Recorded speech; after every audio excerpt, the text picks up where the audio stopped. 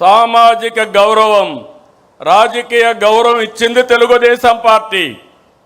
ఎన్టీఆర్ హయాంలో మహిళలకు ఆస్తి హక్కు నుంచి నేటి తల్లికి వందనం వరకు అనేక పథకాలు అమలు చేశాం. విద్యా ఉద్యోగాలతో పాటు స్థానిక సంస్థల్లో మహిళలకు రిజర్వేషన్లు పెట్టాం. మళ్ళీ హామీ ఇస్తున్నా, ఈరోజు మహానాడుని మహిళలకు అంకితం చేశాం. చట్టసభల్లో మహిళలకు 33% రిజర్వేషన్లు సాధిస్తాం. కేంద్రంతో కలిసి పనిచేస్తాం. నరేంద్ర మోడీ గారి నాయకత్వంలో తప్పకుండా ఒక చరిత్ర తిరగరాస్తామని మరొక్కసారి ఆడబిడ్డలందరికీ విజ్ఞప్తి చేస్తున్నా. మీ అవసరాలను గుర్తించి ఎన్నికల్లో పథకాలు ప్రకటించాం. అనేక ఆర్థిక ఇబ్బందులు ఉన్నాయి, మీకు ఇచ్చిన మాట నెరవేరుస్తున్నాం.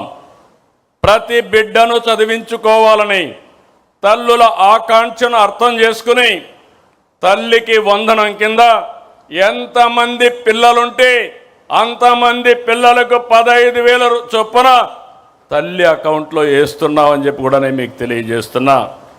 విద్య, ఉద్యోగం, ఉపాధికి వెళ్ళే ప్రతి ఆడబిడ్డకు చేయూత ఇవ్వాలని, ఆర్థికంగా వెసులుబాటు ఇవ్వాలని స్త్రీ శక్తి తెచ్చాం.